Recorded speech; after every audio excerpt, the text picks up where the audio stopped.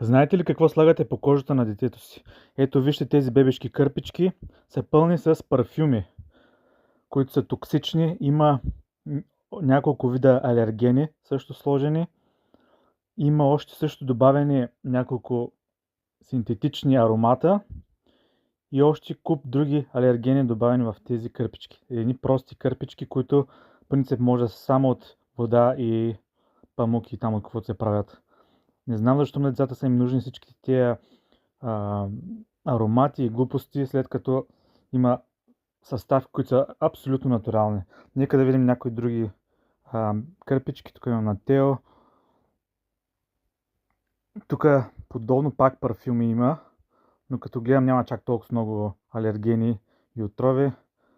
Само някакви съставки, които дразнят кожата и така нататък, но не е чак толкова лошо, колкото другите. Тук имаме на Бочко, пак детски бебешки кърпички.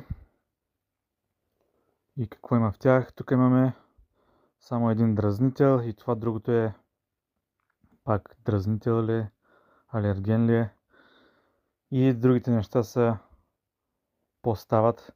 Значи виждаме някои кърпички могат да слагат почти никакви алергени и парфюми, а други са пълни с отрови.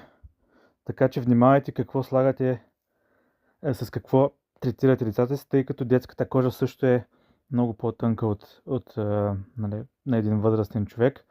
И всички тези неща попиват, не се просто забърсват. Тя си попива водата от кърпичките. Значи тук имаме някакви други, само парфюм има тук.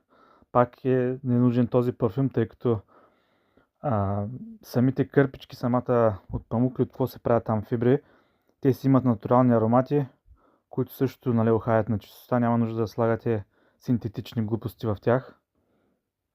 Я да видим на Памперс